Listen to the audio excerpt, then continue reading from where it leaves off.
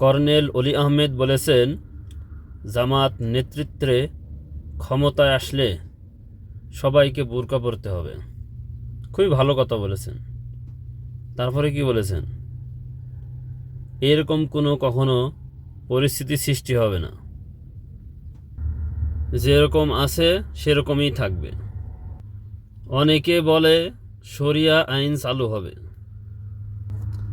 এটা হিন্দু, বৌদ্ধ, মুসলমানের দেশ।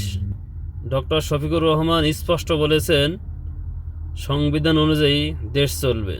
তারা কিন্তু সবসময় মানুষকে বুঝাচ্ছে যে আমরা কোনো ইসলামী দল না। তারপরেও আমরা গণ্ড, মূর্খ, বুদ্ধিহীন তাদেরকে বলে যাচ্ছি তারা ইসলামী দল, তাদের পিছেই ছুটে যাচ্ছি।